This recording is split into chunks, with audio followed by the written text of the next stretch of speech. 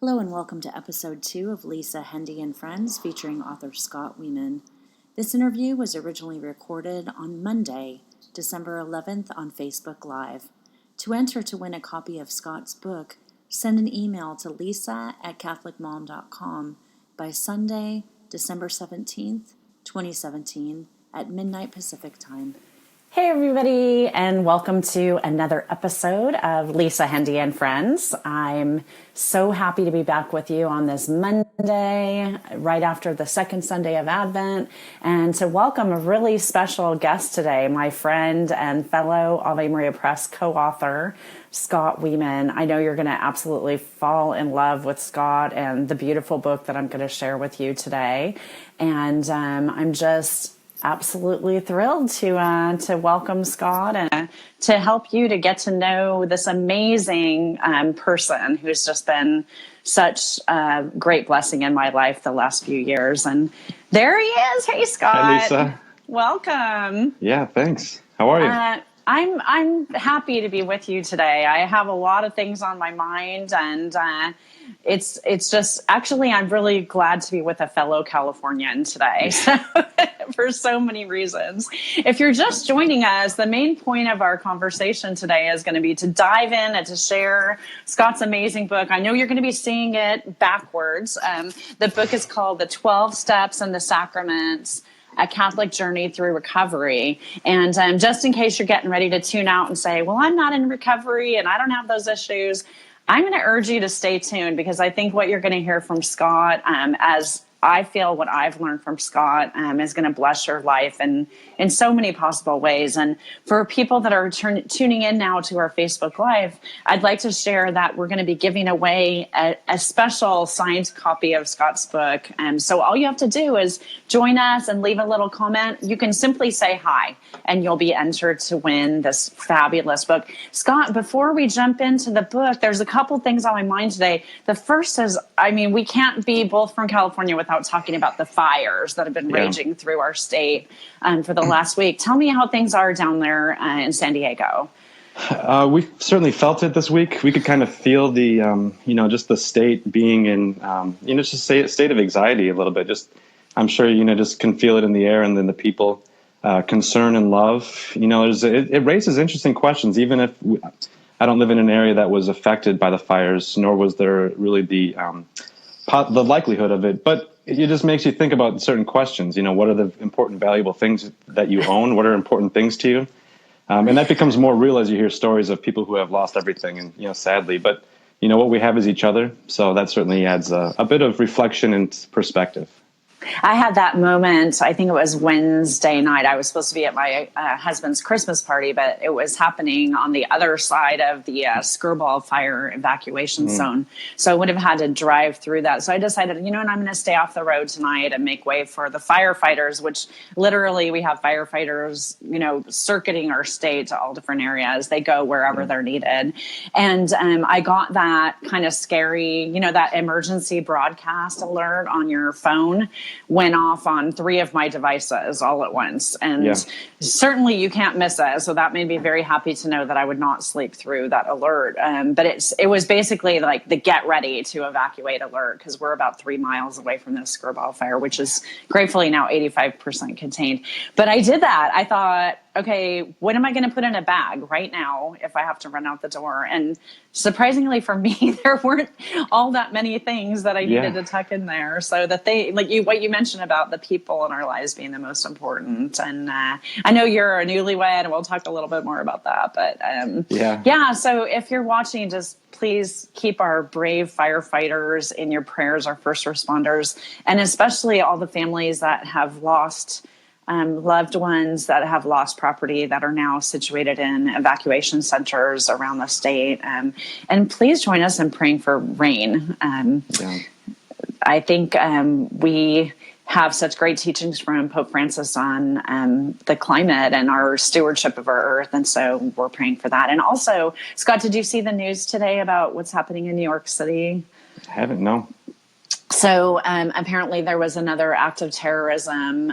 Thankfully, there was no immediate loss of life in this, but in New York City this morning, a pipe bombing. And so we're sending prayers that way and, just for safety in all of our cities. I've been thinking this morning about what can I do? One little person to help with this, but we're praying for peace, especially as we lead up to the holidays. So Scott, how's your Advent going? It's been going great. I think it's the most intentional I've been in approaching Advent, and from the start, trying to set up time to find some quiet time in the midst of chaos. There's a lot of great things happening and really awesome opportunities in my life, professionally, personally. It's been really great, but also just setting some time away to be grateful for that. Take each day one day at a time.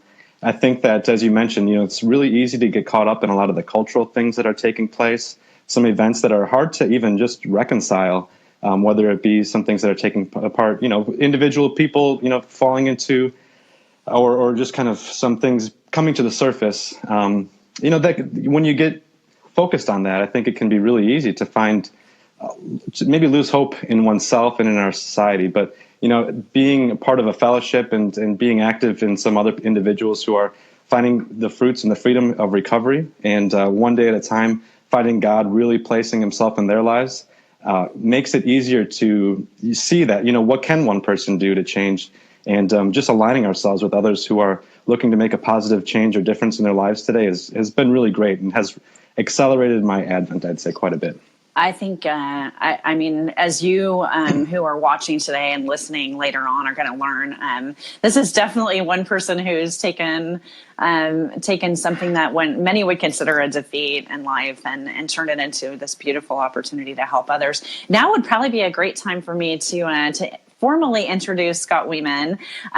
While we've never met in person, I consider Scott both a friend and a mentor. And I mentioned coming in that we're both fellow authors for Ave Maria Press. And so, again, if you're just joining us today, today's your chance to win a copy of Scott's new book.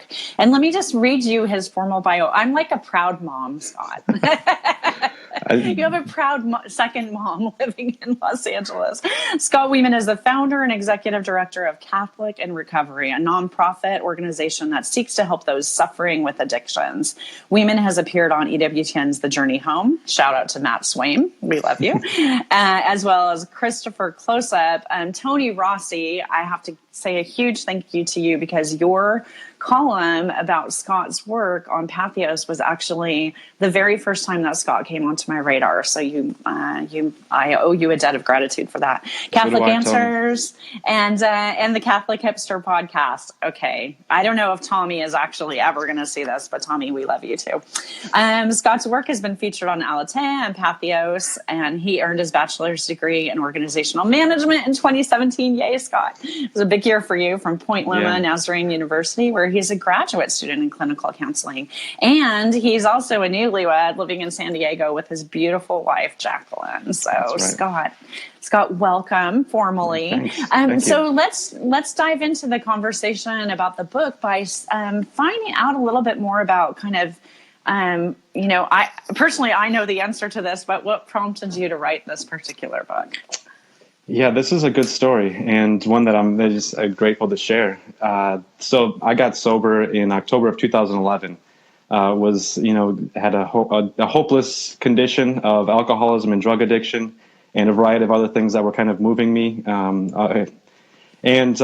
So I got sober by the grace of God, finding, and the help of many individuals who helped me get that way. And so over the course of several years, diving into the 12 steps of addiction recovery and embracing the sacraments of the Catholic Church, while at the same time I began doing some writing about the overlap of those two things. By people knowing people, friends having friends, I was, interviewed by Tony Rossi with Christopher Closeup. And one day I was working at a restaurant down here in San Diego, which I had put in 8 years in the service industry, loved it. Didn't like my job title, but liked my job, and was working one night, and we our bathroom we also referred to as the phone booth, which was where we went, and we weren't supposed to have our phones in the restaurant with us. So I went into the phone booth to check my messages and, maybe make plans for the evening, and had a Facebook message from a one Lisa Hendey, who had read something that I had done, or an interview, and inquired if I was interested in doing some more writing, which I was. Sitting there in the phone booth at work one day, was ready for the next chapter of my life, and in many times very, all too impatient for the next chapter of my life. But was really grateful to have the opportunity to put a short proposal together suggesting what we might be writing about.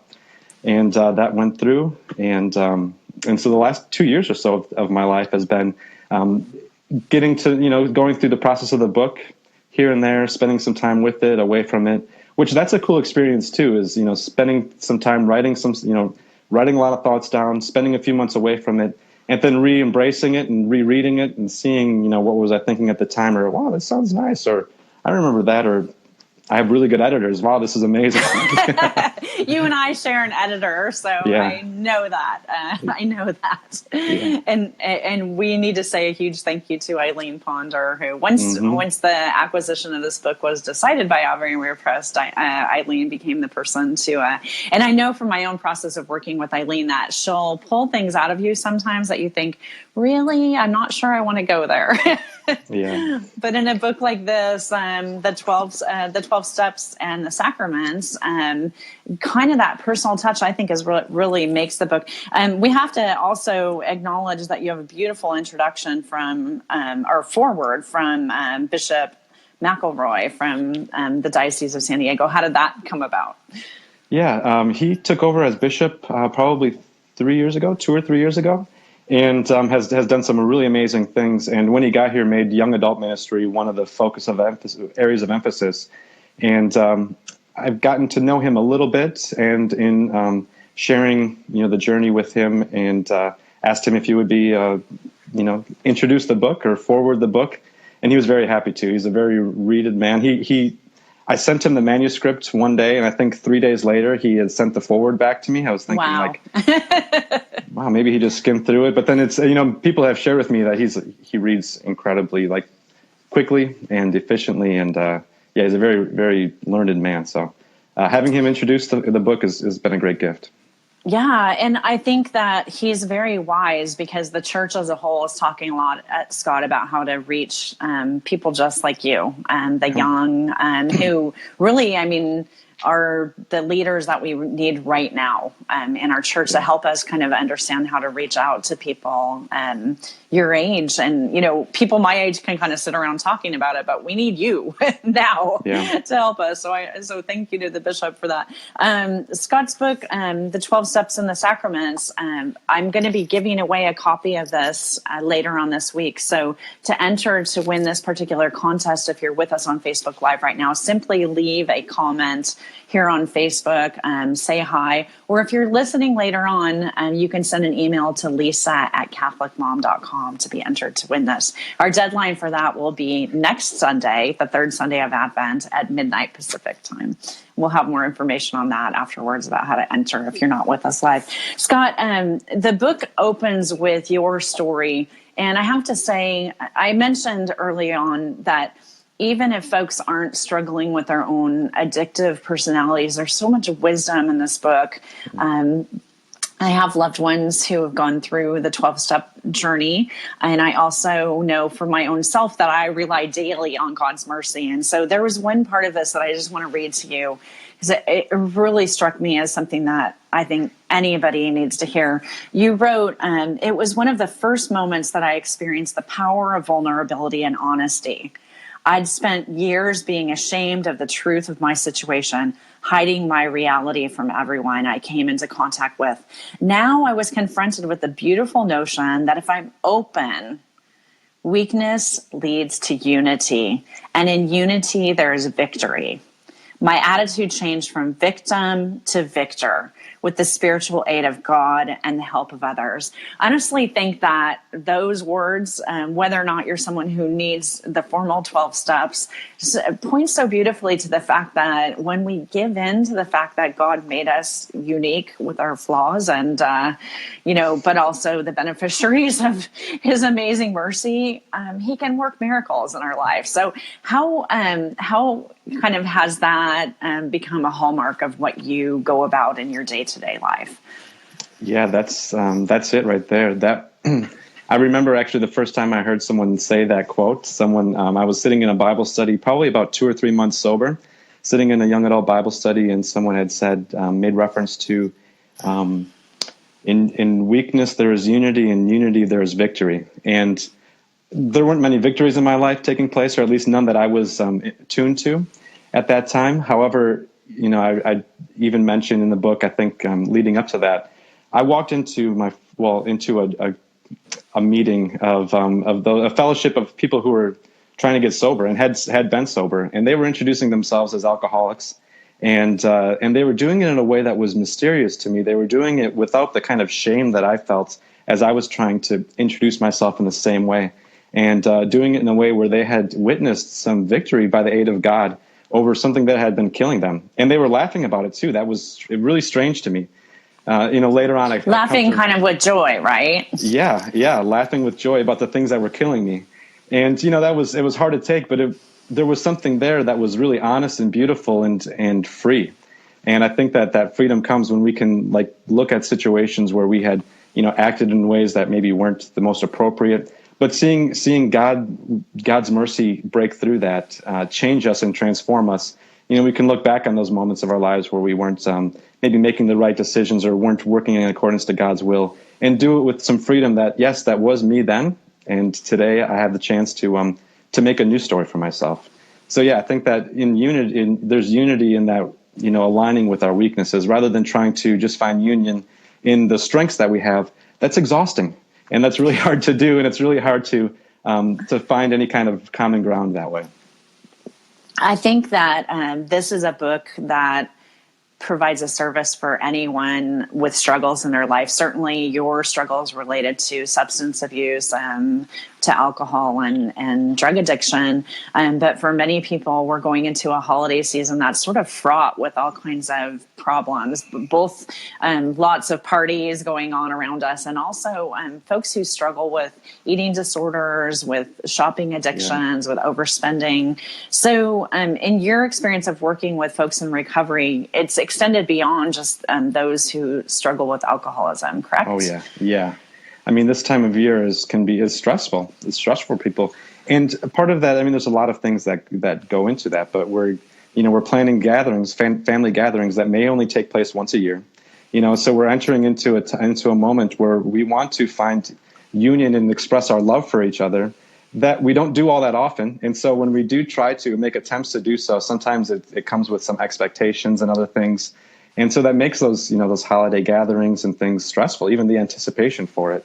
And so oftentimes when that stress comes, dealing with it head on is not an easy thing to do. I know this for years. I never dealt with anything head on. I dealt with it in a bottle or in drugs or using some kind of, short, soft, quick act of pleasure. And, so I think that rather than embracing what we really want, which is union and love, we want to express love for loved ones. But, in doing so, the expectations and things, hopes that we have can be really tough. And not to mention, it also brings up the fact and maybe awareness of loved ones that are not around, or, I know that there's many who are heading into Christmas, not knowing if their loved one will be showing up, if they should be extending an invitation, what kind of boundaries should be set.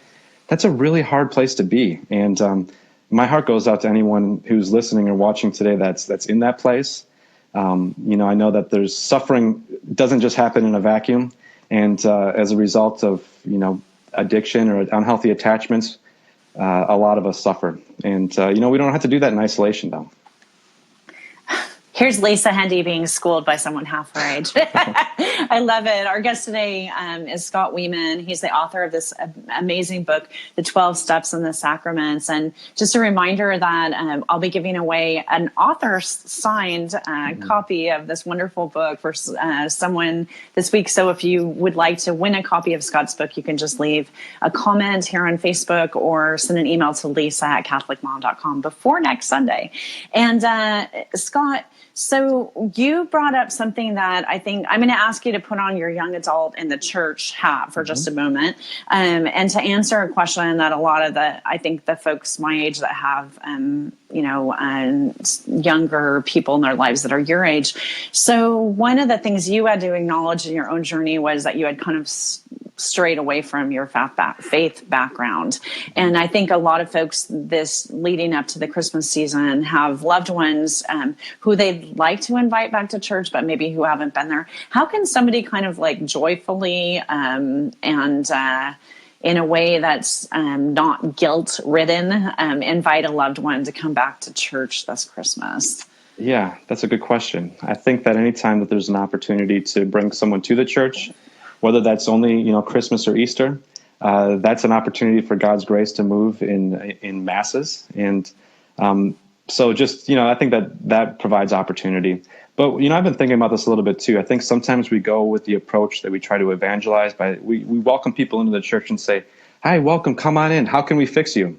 And rather it should be, "Come on in. How can we help you?" And so that just, that small little transference of how we approach evangelization. And that's not even an evangelization. It's just how we approach the extension of our love for another person. Of course, we want them to find what we have and their experience to be just like ours is. But I think that when we do so in times when someone's not willing, nor not in a place to do so, it can get in the way of other efforts. So in recovery, one of the traditions of 12-step groups is that they have a policy of attraction rather than promotion. And I think that the church could learn a little bit from that tradition. Say a little bit more about what that means, attraction versus promotion. Yeah, public relations policy of attraction rather than promotion, which basically means that rather than, I think that it's easy to identify someone and say, you need to come to a group where people are getting sober. There's plenty of people in our lives that would be suitable to say to. However, people don't really respond well to that kind of an invitation. Rather, I think that really just being available and witnessing to those that are willing to hear it is important. Now, we don't always get to choose the willingness of our family members and loved ones.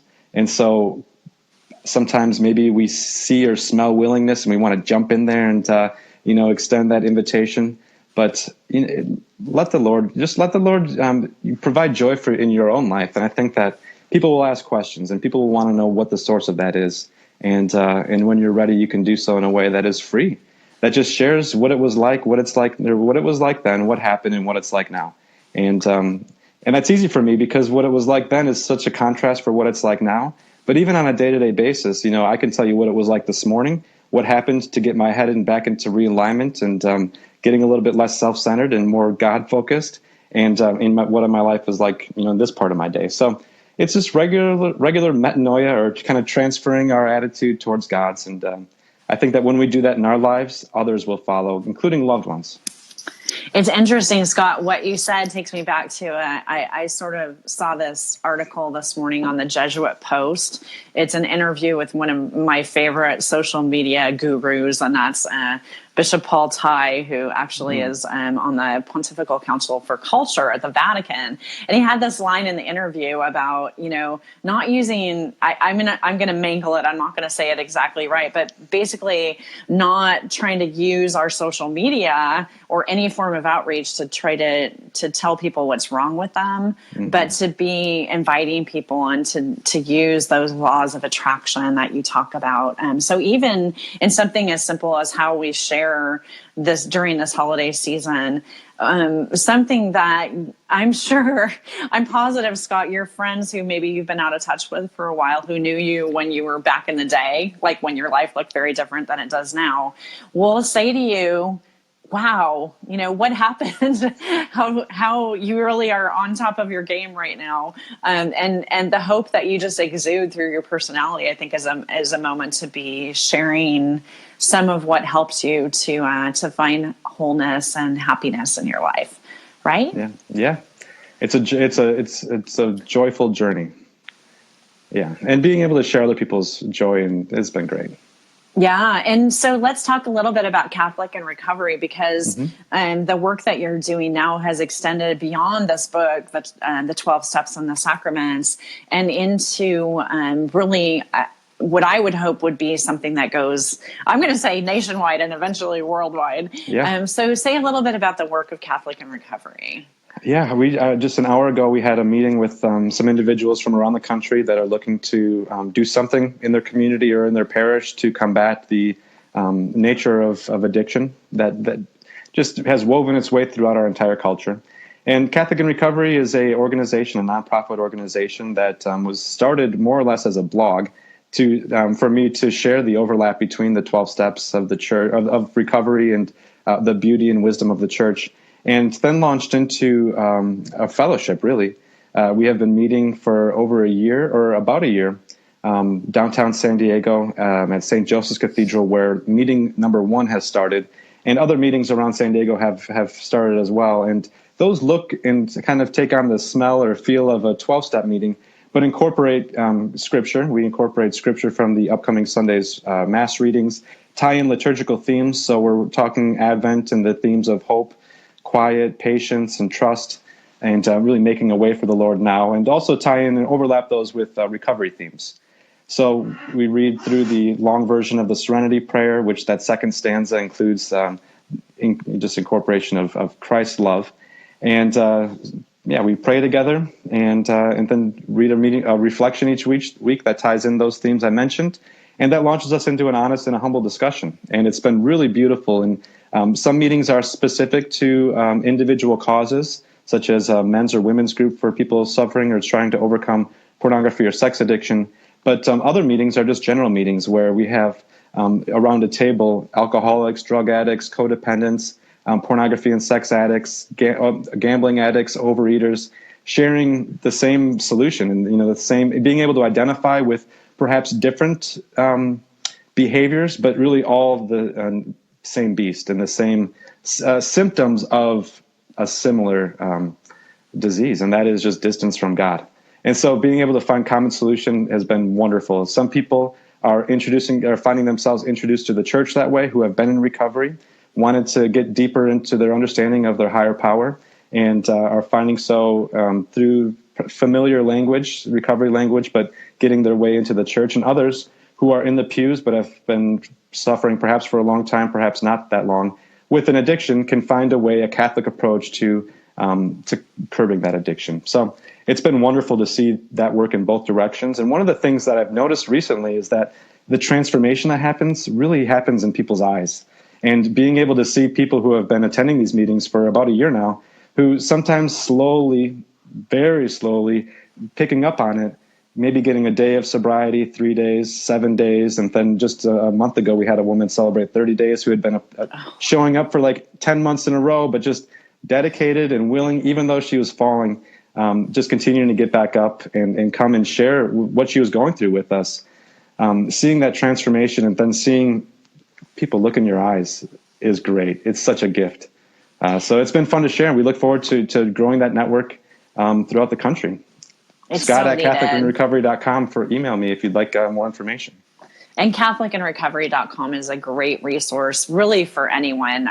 Most of us have at least someone in our life that we know could, if not ourselves, could benefit from the resource being offered. Scott, one of the things about this book, The 12 Steps and the Sacraments, that I've found to be so engrossing, I think it stems from what you're talking about in the fellowship of your community that you're building, but the stories that are in here and the transparency of people. I'm always drawn to story, but the honesty with which people have agreed to share their stories, and you share your own story. I know you've changed a lot of names to protect the privacy and anonymity of those that are featured in the book, but say a little bit about collecting those stories and what you learned from what other people had to share with you.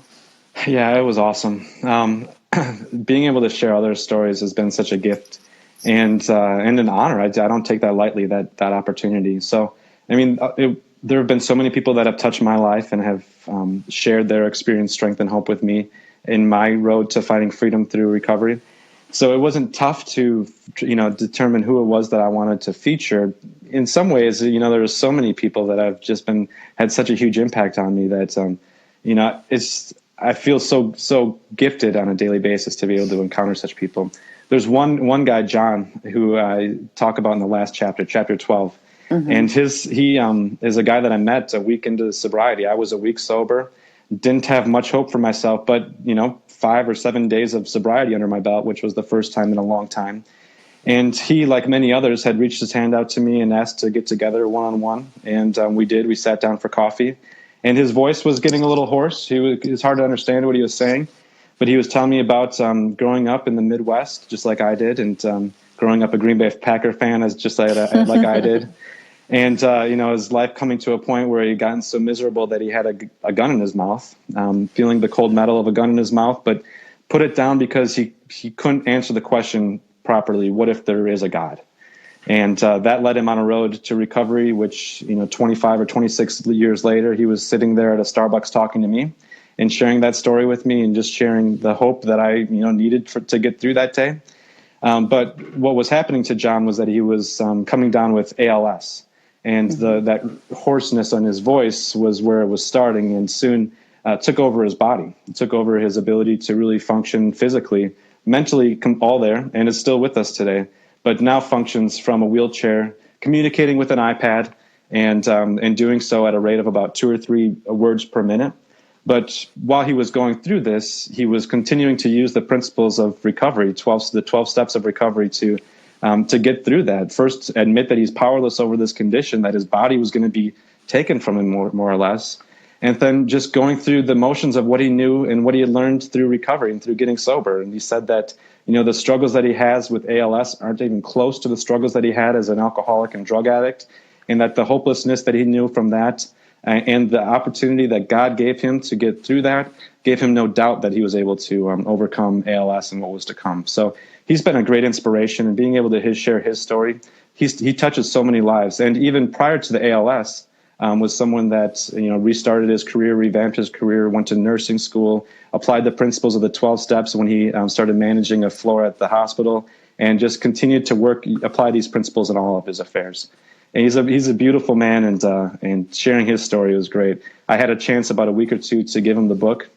Oh, wow. That must have been a special moment. It was. And what's great is that he doesn't talk.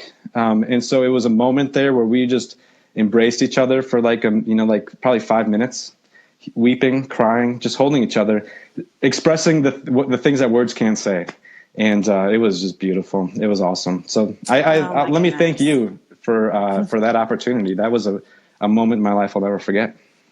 We'll thank the Holy Spirit. I give him all the credit. So, Scott, so I don't want to go into anything that's too personal, but I can't help but say happy graduation. And also you're a newlywed, a relative newlywed, right? Yeah. So are you comfortable sharing a little bit about how those changes in your life have blessed the work that you're doing now? Yeah, absolutely. Yeah, so school and relationship, were two things that I lost as an active alcoholic and drug addict. And were two things that I thought were going to be impossible for me to get back. When I started drinking at 17, that was towards the end of high school, I had worked really hard at an opportunity to get a scholarship to be on a debate team in college. And so I was going to school at Pace University in New York City for about a year and a half when I really got accelerated into my alcoholism and drug use. So lost that opportunity, and other attempts back at school were marred by a bad grade point average, and also just my addictions just keeping me down and kind of driving me further into the ground in that front.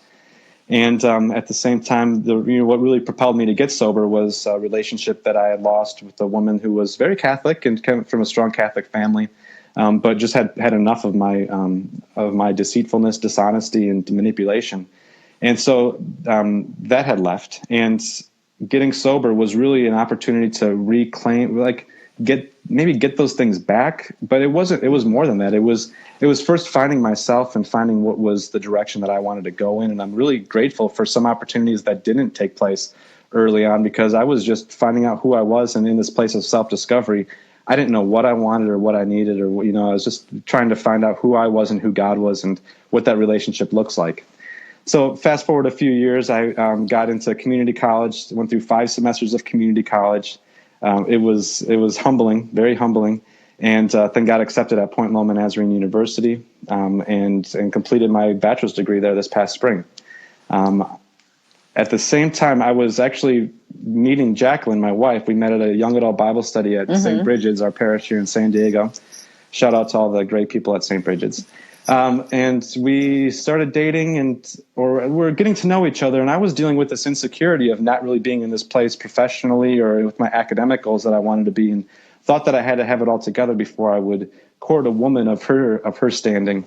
And, so I was, I think I had gotten a rejection letter that day as I was going through community college. I was applying to 4-year universities who were not letting me in. And this was a source of frustration. And, we were meeting one day, and I shared with her that I was frustrated that I didn't get into college. I'm not sure if I'll ever get into a 4-year college, and just kind of bringing that to her. And she just handled it with such charity, and just reminded me that it was my character and not my accomplishments that was what impressed her.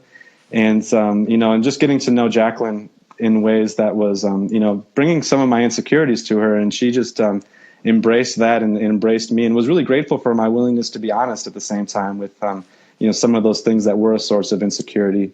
And so our relationship grew, and it turned out that prior to dating me, her previous serious relationship was with a guy that was an active drug addict. And so she had been through some of the work herself, and actually had done some of the work of the 12 steps to find some personal security and freedom, and really set up healthy boundaries. So I think that over the last 2 years, and even since our marriage last September, one of the things that we've been growing together has been growing in recovery, and growing in what that looks like in our relationship. And I tell you what, applying the principles of the 12 steps to my marriage has been such a blessing. I am so grateful for some of the tools that I've learned in that fellowship of recovery. It's so great. Well, I won't make you start thinking about your second book just yet. I'll give you some time to continue launching this one. But I want to say a big thank you to Jacqueline for her support of what clearly is an important apostolate that's going to really blossom in your life, Scott. Our guest today is Scott Weeman. He's the author of this beautiful book that you're seeing backwards on Facebook, The 12 Steps in the Sacraments. And I want to share that I'm giving away this awesome, signed by the author copy. And all you need to do is leave a comment here on Facebook. You can simply say hi or whatever.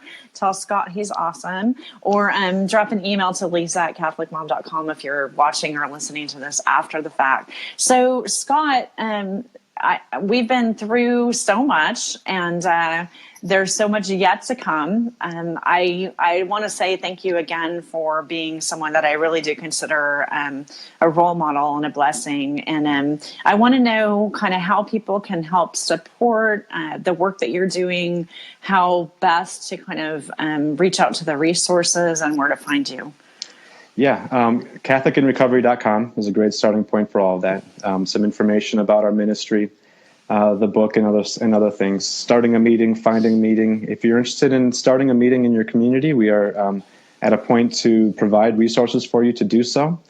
You can email me at scott@CatholicInRecovery.com with specific questions, either personally or questions regarding our ministry, or if you have questions about recovery or the church, and I'd be happy to field those questions.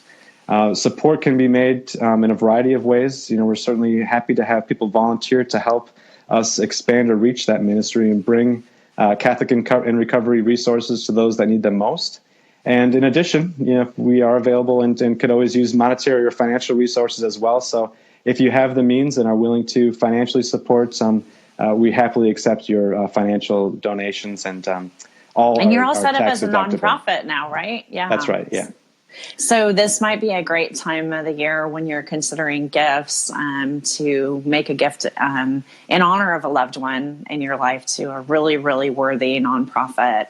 And mark my words that 5 years from now, Scott's going to be jetting across the country, setting these up all over the place. And I do want to say that I hope you'll consider the book as a gift for your parish. I think a lot of parishes out there have parish libraries, and this might be the kind of book that you might think, well, what is somebody going to think if I buy this book or whatever? Like, people are going to worry about me. But I think this is a book that once you pick it up and read it, you're going to realize that whether or not you're working the steps for yourself, there's something in here for everyone. And that's a knowledge of how much God loves us and wants to bring us home to him. And what a gift to place this maybe in a parish library where somebody could find it that really, really needs a companion. Scott, just say a final word to anybody out there who thinks they're just too far gone, too lost. What message you'd send to them? Yeah, anything is possible. Anything is possible. There was a time in my life at the tender age of 26 years old when I thought that it was all gone, that the selfish behavior that I had gone through and the self-seeking motives that I had would never be changed. And that was a really, I think that I was viewing God not by God's image, but I was viewing God, making God in my image, rather than viewing myself in the image of God. And I think that embracing that love, embracing your identity as a beloved son or daughter of God with whom he is well pleased, is a really important starting point. To know that you where you are today is you can make a difference. You can change and not even make a change, but just be embraced by the love and let that flow through you. It's not as much work as it may seem to be, and we just have to get out of our own way sometimes. And you're not alone. Absolutely never alone. Great. Well, Scott, I want to say thanks, and I hope you have an amazing Christmas. I hope that the weather stays warm, but we get a little bit of sprinkles out here in California. Yeah. And for folks who want to pick up the 12 steps and the sacraments, you can find that at your local Catholic bookstore at AveMariaPress.com or online at BarnesandNoble.com or Amazon.com. And definitely check out Catholic in Recovery. Remember that I'm going to be giving away this awesome author signed copy. So if you missed the Facebook Live and you want to get your copy, just drop an email before next Sunday. What's the date next Sunday? The 17th, I think. Gosh, we're 2 weeks out from Christmas. That's so crazy. Mm-hmm. Just drop an email to lisa@catholicmom.com to enter for your chance to win. Just say, I want to win that book. And we'll have links in our show notes to Scott's great resources and to all the information that you need to bring Catholic in Recovery to your parish and to get a hold of this book. So, Scott, thank you so much. I'm so grateful. Lisa. I hope you have an awesome Christmas. And to everybody watching and listening, thank you. I'm hoping to sneak in one more Facebook Live before Christmas. And I think if it's the guest that I hope, there's going to be 2 of them. So it'll be all squished into your little cell phone on Facebook Live, but it'll be really awesome. And I'm so grateful to everybody for helping me to reboot my podcast. And if there's somebody that you'd like to see on Facebook Live with me, or that you'd like to hear on a podcast, drop me an email and let me know your suggestions. And until then, have an awesome week, and we'll see you next time. God bless. Bye, Scott. See ya.